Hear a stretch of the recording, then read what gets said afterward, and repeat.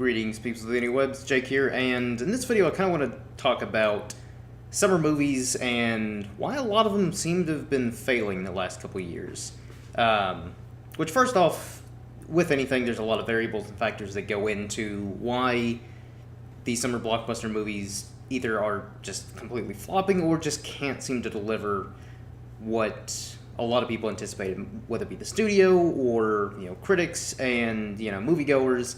Because again, in the last few years, there have been a lot of these big kind of tentpole movies that are either supposed to start a whole new franchise or that are part of a franchise that just can't seem to really pop. They seem to underperform or just flop entirely.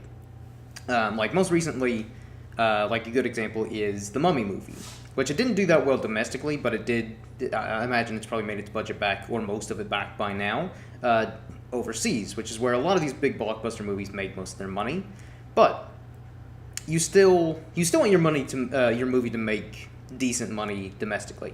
But Mummy, I think, was on a budget of like 120 something million. Anywhere, I think it was between like 120 and like 150. So about, I would say a fairly standard kind of summer blockbuster movie budget. But it only made like 32 million opening weekend, which is not very good. For a movie of that budget, opening weekend, you want it to make more around 50 to 60 million, because that's roughly about half of your budget. With any kind of movie, opening weekend, that's when you want to make at least 40% of your budget back. And a lot of movies do that, regardless of budget, whether it be these tiny, $5 million horror movies or these big blockbuster summer movies. Regardless, though, you at least want to make it back about 40% of your movie budget opening weekend or within the first couple weeks. And again, Mummy just didn't deliver, and a lot of other movies. Another good example is King Arthur: Legend of the Sword. That was on a budget of $175 million and only made like 15. Which I think is kind of a shame, because I actually enjoyed King Arthur. It's not a great movie by any means, but I don't think it deserves a lot of the negative criticism that came out of it, and I don't think it deserved a flop. It was another one of those movies that was supposed to start a whole new franchise, and again, even though it wasn't great, if they had done, if this movie had done better and they announced a couple sequels, I would have been down for that. But sadly, that's not the case. But one of the reasons why some of these movies just can't seem to do all that well is, some of the factors and variables that go into it is marketing. A lot of movies just aren't marketed properly, and I think that was part of why King Arthur didn't quite deliver. Is it almost seemed like the studio wasn't entirely confident in the movie, so they really didn't market it all that well. Even though I personally saw several trailers and stuff like that for the film, I just don't think they were really getting your average moviegoer excited to go see it. And also, I don't think the movie needed to be $175 million. Like, I think that movie could have been done with like a $90 million budget film, and it would have been just as good. But that's also, I think, part of the issue is studios just shell out all this money to some of these movies that don't necessarily need it. Sometimes working better with a smaller budget is the best thing. Look at Deadpool. That was on a budget of like $70 million. Or I think even less, actually. And like, the studio just kept cutting the budget, and it made over 700 million like worldwide, which is insane. I think even opening weekend domestically, it made over 100 million. So just opening weekend, it basically doubled its budget. And of course, just kept going on and on and on and on, which was also part of the reason is it came out in February, which is usually not a time where most people, or most movies set their films. That's January, February, that's usually kind of the dumping ground for a lot of movies, where you might have a few good hits here and there, like just kind of decent movies, but nothing really outstanding, just because that's usually the kind of carryover from the Oscar movies, and that's when, again, kind of the dumping ground where this movie, though it may not be awful, there's not a shot it would make its money back, in the summertime or in the fall or something like that. But I think that was actually a good marketing strategy, is to put Deadpool in February. It wasn't crowded with all the summer blockbuster movies, and it had no competition at all in February. So basically, it came out and just had its run straight through March, and again just kept making money like crazy, because and also the movie was great, which is another big reason why it did so well. But yeah, that's another thing, is word of mouth, especially nowadays when a lot more, it seems like even your average moviegoer are a bit more conscientious of what movies they go see.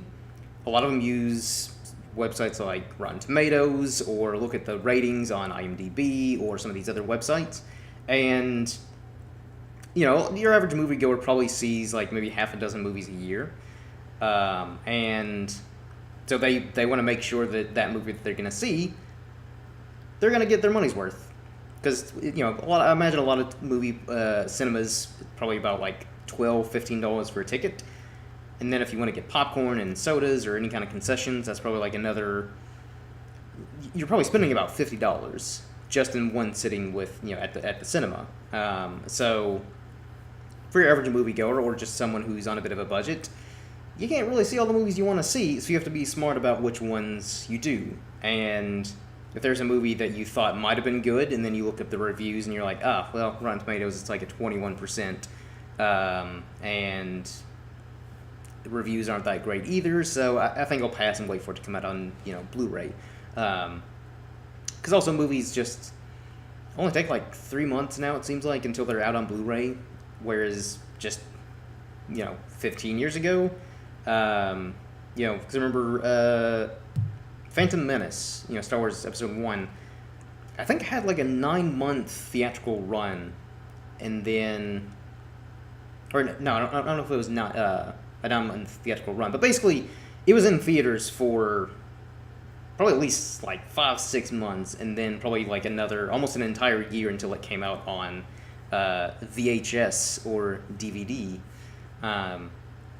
Whereas now there's just so many movies per year compared to 15-20 years ago, that they're in and out of theaters within just a couple months. For better or worse, we have a lot of variety in movies, which is also part of the reason why some of these movies just aren't delivering. Is just a couple of weeks ago, Wonder Woman came out the first weekend of June, and I imagine a lot of people saw that movie regardless of their knowledge of Wonder Woman or their fandom of comics and comic book movies. A lot of people just wanted to see that movie because it looked great, reviews, good word of mouth, and it was a fantastic movie. And then the following weekend, The Mummy came out, and again, I'm sure there were people who really wanted to see that movie, but they're probably well, I still haven't seen Wonder Woman. Should I go see Wonder Woman or go see the movie? They look up the reviews, overwhelmingly positive for Wonder Woman, and the complete antithesis for The Mummy. It seems like the most positive reviews that I've seen, most people are just yeah, it's okay. It's not the worst way to spend, a lazy afternoon.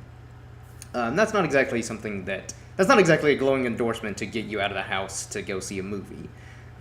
Whereas Wonder Woman, or at least a movie like that, where again, overwhelmingly positive reviews, great word of mouth, trailers are all really good. That's usually what motivates people to go see a movie, especially your average moviegoer. So it is kind of odd that word of mouth nowadays has such a huge impact, whether it be through social media or just day-to-day life, going to work, or just kind of going to a local cafe or something like that, and you just strike up a conversation about the most recent movie you saw. You put in a good word, and maybe that person will go see it. So it is really interesting, the whole I guess how all these movies work, and the whole marketing strategies behind them. But sadly, not working for a lot of these movies. Or there are some movies where they just seem to keep getting worse and worse, like Transformers, but they still make a lot of money. And a lot of that is from the overseas markets, where they're just easier to market, because something like Transformers, not really heavy in plot or story or character development. It's kind of just like a lot of action sequences. So when you're translating a movie like Transformers to the Asian markets or European markets, basically non-English speaking countries, it's so much easier to translate when there's such little going on aside from crazy dumb action sequences, which is a spectacle for most people, especially like in China, where they haven't been exposed to a lot of Western films up until the last probably like 15, 20 years is when a lot of Western movies have been released over to the Chinese market, which is one of the biggest markets right now. Because their political situation for the longest time, they didn't allow any whatsoever. But now that they've kind of loosened up a little bit, I think they allow. It's still not a whole lot, but they allow a certain amount of like big blockbuster American movies, and I imagine other Western movies over there as well. And so, like something like Star Wars, for example, slap the name of Star Wars on anything, it's gonna make a crap ton of money, or at least to most countries in the world, because it's just a cultural phenomenon. And so many people have been so heavily inundated with the films since the 70s. It's just it's a pop culture phenomenon, and it revolutionized the world in so many different ways, whether it be again through pop culture with movies or toys. Just again changed the world forever. However, a place like China, they didn't grow up with Star Wars. So when Force Awakens and Rogue One came out and were marketed over to China, they flopped because they weren't. It wasn't a part of their culture to grow up with Star Wars. I imagine they probably like it fine, but since that particular culture hadn't grown up with Star Wars since the 70s, it didn't really have a whole lot of significance to them. Whereas again, something like Transformers just makes an insane amount of, like, the last movie made like over $1 billion, mostly because of China. $1 billion. That is insane. And I'm sure the new one last night, whenever that comes out, is probably going to make probably another $1 billion, because again, it's just so much easier to market a movie like that compared to I don't know, like some of these like dramas and movies where there's a bit more to them, like again, like a lot of character development, like maybe the story is very dense and like a lot of dialogue. That's just hard to translate because some words and certain things just don't translate, whether it be language or just kind of I don't know, social cues and stuff like that don't always translate. So that's harder to market to, again, the Asian markets, or probably even some European markets, and all other places around the world. So that's another reason why movies like Transformers, that most people pretty much will all acknowledge, they're not very good, like, at all.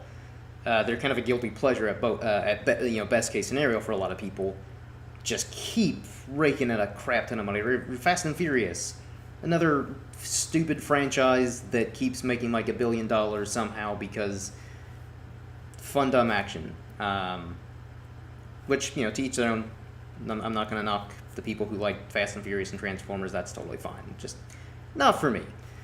But yeah, I think that's kind of been a big game changer in the last, especially like in the last 10 years. I feel like this is when like the movie market has just flourished with just the whole plethora of variety. Like literally almost every week we have a big movie coming out. Like just look at March from this year. You had Logan, which came out the first. Then you had you had other movies like Power Rangers. You had Ghost in the Shell, Kong Skull Island. Like all these movies just back to back to back to back in March. Like March seems to be like basically the beginning now of the summer blockbuster season, whereas used to, you might have a few hits in March, but for the most part it was kind of just smaller movies here and there, and you might have a hidden gem for the most part, but overall it was not the movie-going season. Used to basically the blockbuster season started in like May and lasted until about July, and then again you might have a few carryover movies in like August or September, but again, for the most part, that's when your summer season's over, and that's when you start gearing up for the Oscar movies. Um, but yeah, again, for better or worse, we have this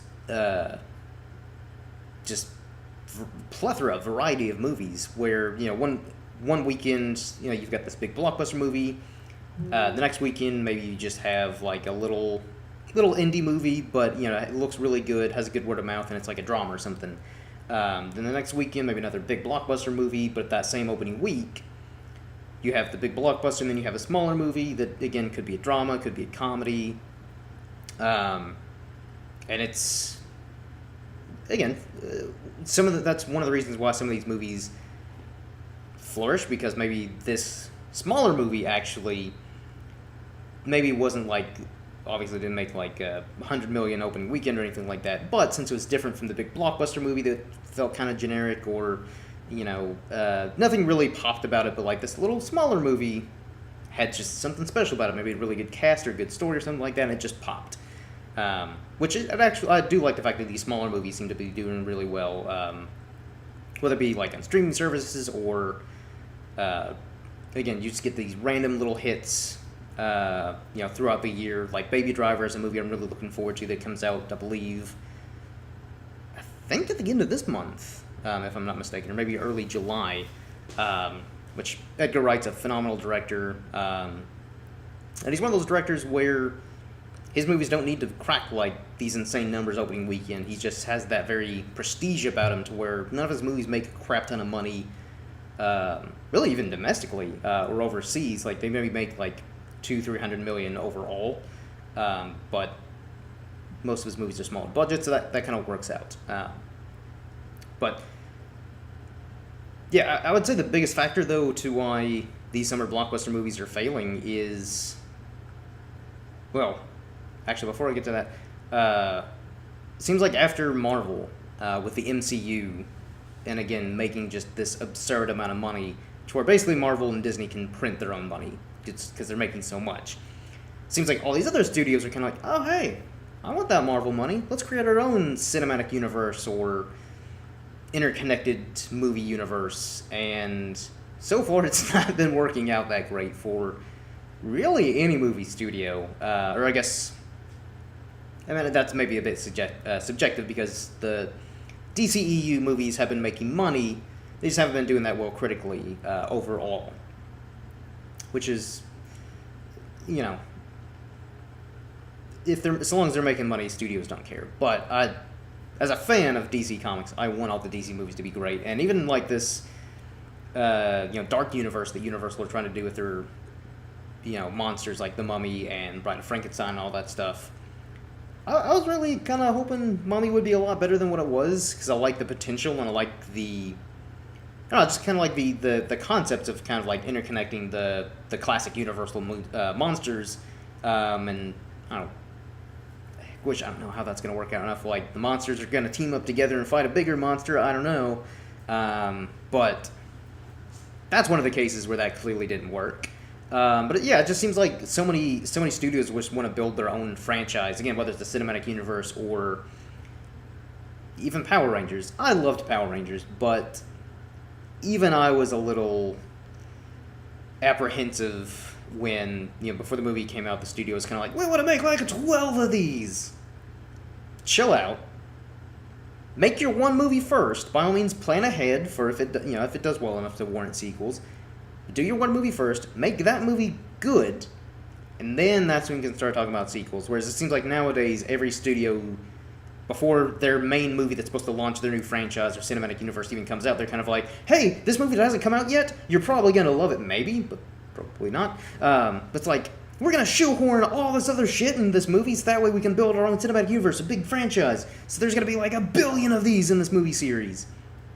And again, that's totally fine. Just make sure that one movie that's supposed to jumpstart it is good. And again, market it properly, and maybe release it in an appropriate month. Like King Arthur, I think would have done a lot better in like February.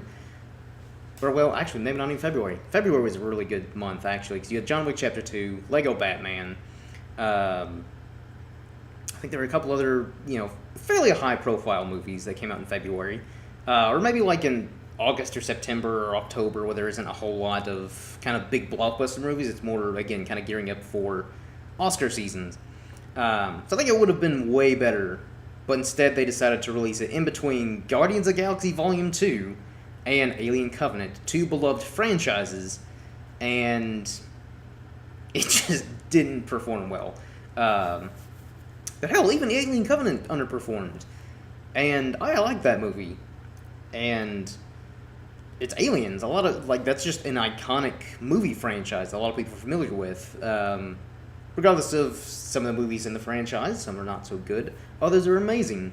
I feel like that movie should have done a lot better. But, again, I think May was probably not the best release date for a movie like Alien Covenant. I think that would have been better in the fall. Or May, I don't know, I might have done a little bit better in like March or April. But May is, I don't know, I feel like that's a tough month to crack, especially when, again, you have something like the Juggernaut that is Guardians of the Galaxy Volume 2 kicking off that month and basically the summer blockbuster season. Studios maybe should, I just feel like if Star Wars or a Marvel movie is opening like a certain weekend, I would let them have their run and place the movie in another month where it doesn't have to compete with something like Marvel or Star Wars, where, again, slap that name on whatever movie, it's going to make money. Even Ant-Man or even the first Guardians of the Galaxy made money. Doctor Strange, these obscure, deep-cut characters that no one had even heard of, still make a crap ton of money because it's Marvel. Or, again, Rogue One, an anthology movie, the first of the anthology movies, which was phenomenal. I think that cracked about $1 billion. If it didn't, it got pretty damn close. Because, again, it's Star Wars.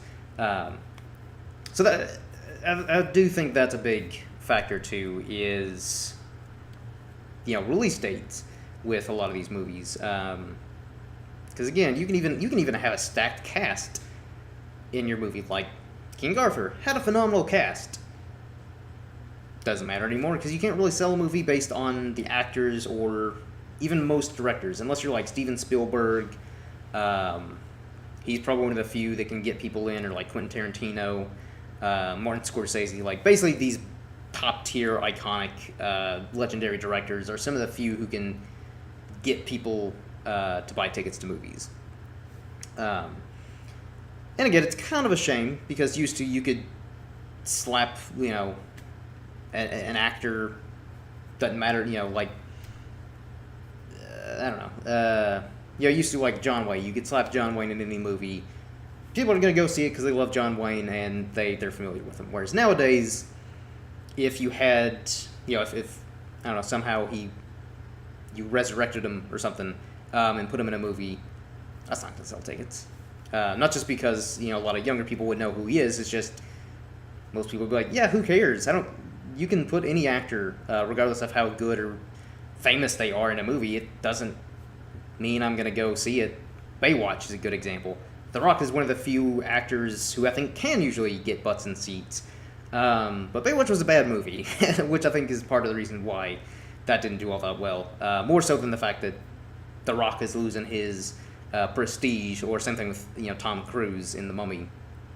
He's another one of those actors that seems like he can sell a movie to a certain degree, but if you're in a bad movie, it doesn't matter how good of an actor or how famous you are. It's gonna flop or not do as well as the studio thought it would.